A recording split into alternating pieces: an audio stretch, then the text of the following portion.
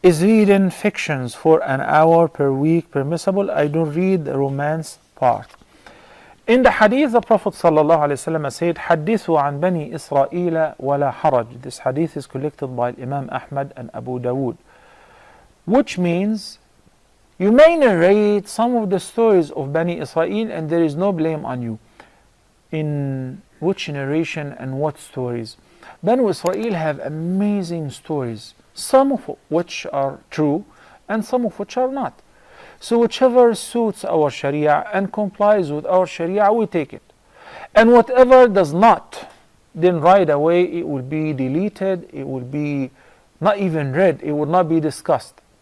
And there are some other stories concerning Bani Israel we don't have reference to it in the Quran or the Sunnah, and we don't have any mean to verify their authenticity. But they're entertaining, they're amazing, and they may give some beautiful lessons, and they don't contradict neither the Quran nor the Sunnah. They don't impose ahkam. They are not about legislations. I'd like to give you the story, for instance, of the man who went to cut off a tree because he heard that some people went to seek the blessings from this tree.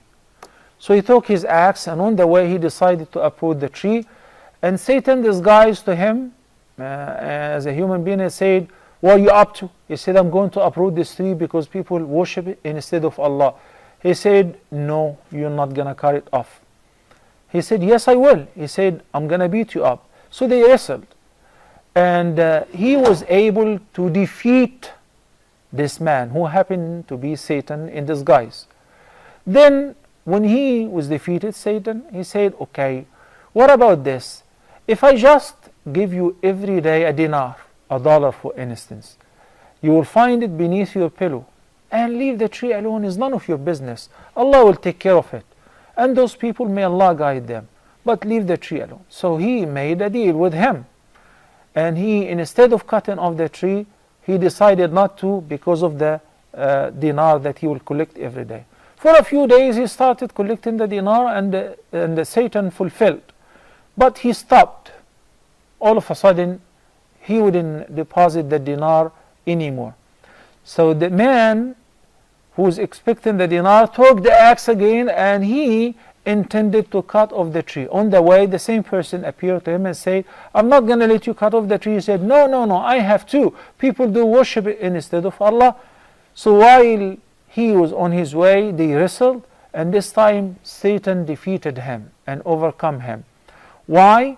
He was asking him, "How come I was easily able to defeat you in the first time versus the second time you defeated me with ease?" He said, "The first time you're going out for Allah's sake, while in the second time you're going out for the dinar's sake." And there are many stories like that.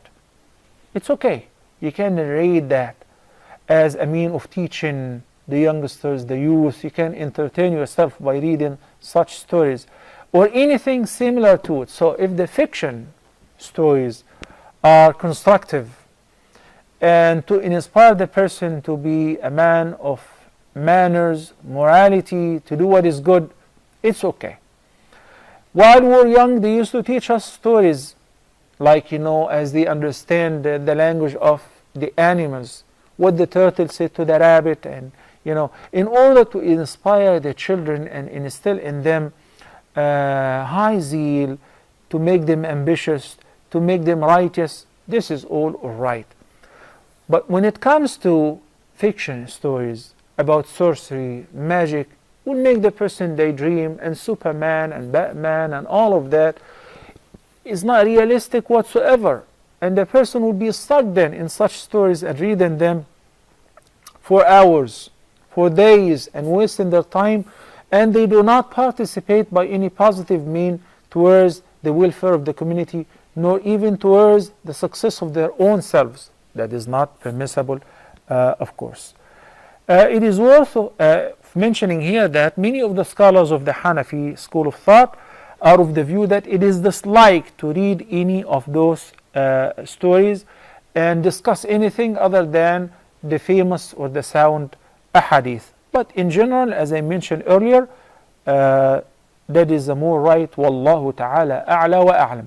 It depends on the contents of the story whether this حكم is whether for the author, the writer, or for the reader, for both. بارك الله فيكم.